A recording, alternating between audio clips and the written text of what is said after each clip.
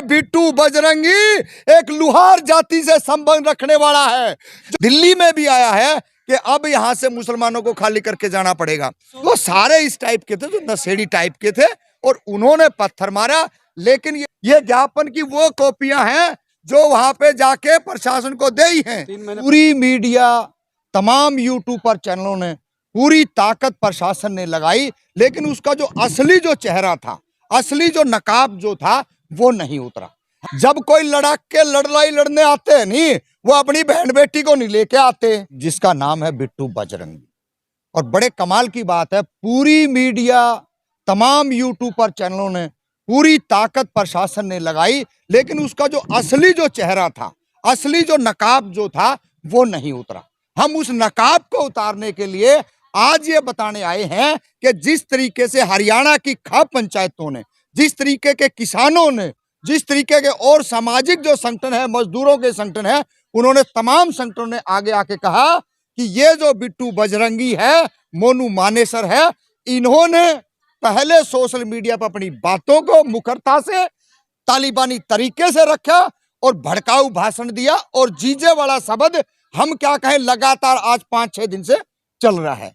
ये कौन है मोनू मानेसर? सवाल इस बात का है कि मोनू मानेसर के जो तार हैं, शायद आप लोगों को पता होगा, जो 2002 के अंदर गोधरा कांड हुआ था, उस गोधरा कांड के अंदर की साजिश के तहत किन लोगों को फंसाया गया था, आपको समझना पड़ेगा।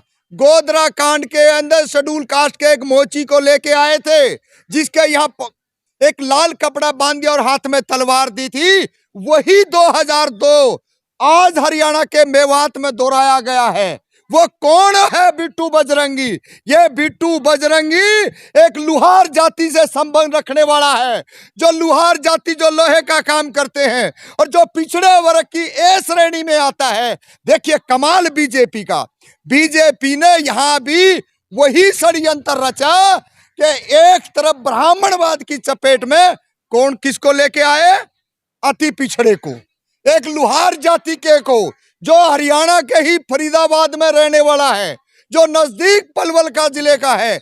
वो ऐसे लोगों को तलवारें बांटने का काम करता है। साथी बता रहे थे कि 2000 तलवारें बांटी गई हैं, 25,000 तलवारें बांटी गई हैं। और उसके बाद में नशे, ये वहीं पे जो सतानिया जो लोग हैं, और जो उसकी बार बार जो फुटेज हम देख रहे हैं, जो सतानिया गुप्तचर जो लोग हैं, जो नशे का कारोबार करते हैं, जो समैक बेचते हैं, पीते हैं, या समैक के 100-100, 500-500 रुपए पे जो लोग हैं, जो उसका अपनी दिनचर्या चलाने के लिए जो बिजनेस करते हैं, ऐसे लोगों से पता चला है।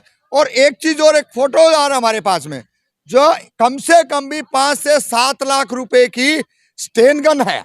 वो स्टेन गन भी उनके पास है जो 300 से 400 रुपए का नशे का कारोबार करते हैं। तो ये जो षड्यंत्र है, जिस तरीके से गोधरा के अंदर महिलाओं के घरों से बच्चों को निकाल के मारा था, ये षड्यंत्र तो मेवात में एक बहाना बना है जाके ने, कि वहां वो जल यात्रा चढ़ाने का, इन्होंने एक जो यात्रा निकालने का हर साल का जो प्रोपगंडा था वो था। लेकिन उससे पहले जिस तरीके से वहां तलवारें बांटी गई हैं, जिस तरीके से सुदर्शन वाले वहां जाकर के ने सुदर्शन टीवी, जो सभी इस देश के जो तालिबानी लोगों का गढ़ है, वो भी वहां जाके इन लोगों को कवर करता है। और कवर करने के बाद में ये बताते हैं कि देखिए हमने तलवारें बांटी हैं, और हम इस तरीके से फरीदाबाद नहीं, ये तो कई जगह से भी आ चुका है, दिल्ली में भी आया है कि अब यहां से मुसलमानों को खाली करके जाना पड़ेगा। शोभा यात्रा की बात की आपने, वहां पे उनके ऊपर जो है छत पे से पथराव हुआ था, तो शोभा यात्रा निकल रही थी, तो ये छत पे पथराव कैसे हुआ? वो लोग कौन थे? देखिए हुजूम जब आता है ना, हुजूम कहीं पर भी चढ़ जाएगा। मैं अपने घर के ऊपर किसी आदमी को पत्थर नहीं फेंकने दूंगा। इस बात का इस देश के अंदर हर इंसान को, पागल से पागल और समझदार से समझदार व्यक्ति को पता है। भाई अपने घर से कौन क्यों फेंकने देगा? ये जो भारी तंत्र, जो भीड़ थी, जो भीड़ किराए की भीड़ थी, जो नशेड़ी थे, वहां उस फोटोज को भी देखा होगा हम लोगों ने कि वहां पे 20 साल से ऊपर का बच्चा नहीं है। उसे बिल्कुल 20 और 22 साल के यूथ को लेके आए हैं। वो सारे इस टाइप के थे, जो नशेड़ी टाइप के थे, और उन्होंने पत्थर मारा। लेकिन ये जो प्लानिंग थी, हम आज से 5 महीने फरीदाबाद के एसपी को, जो वहां पुलिस कमिश्नर बैठा है, 11/5/2023 को हमने ज्ञापन दिया और कहा बाकायदा, मैं कहा यहाँ पे माहौल बिगाड़ने की पूरी कोशिश है।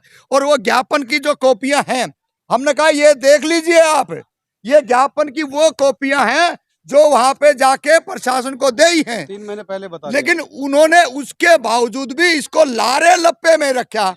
और आपने अभी कहा कि वहाँ पे जो लोग हैं पहले से कोई भी अपने छत से अद्दा फेंकने को या फिर पत्थर फेंकने को नहीं बोलता, तो क्या अपनी छत पे कोई पत्थर रखता है पहले से, जो बच्चे वहाँ पे जाएंगे और फेंकना शुरू कर देंगे? देखिए, दंगा होगा और दंगे के अंदर मैं खाली नहीं जाता। आपको उदाहरण के तौर पे बता देता हूं मैं, जब कोई लड़ाक के लड़ाई लड़ने आते हैं नहीं, वो अपनी बहन बेटी को नहीं लेके आते, समझ गए? इसी बात में सारी चीजें हैं। ये जो जो लड़ने गए थे ना, वो AK-47 लेके गए, तलवार लेके गए, लठ लेके गए।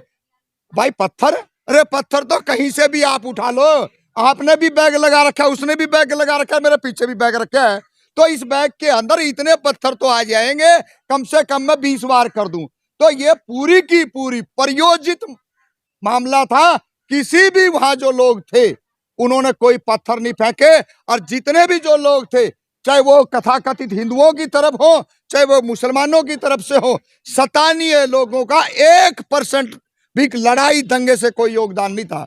ये सारे बाहर के अभी लोग आपने थे। दिखाया 3 महीने पहले 11 मई को ही आपने ये दे दिया था एसपी को वहाँ के। जी। आपको पहले से पता था कि ये होने वाला है? हाँ, पता था। कैसे मतलब मुझे पता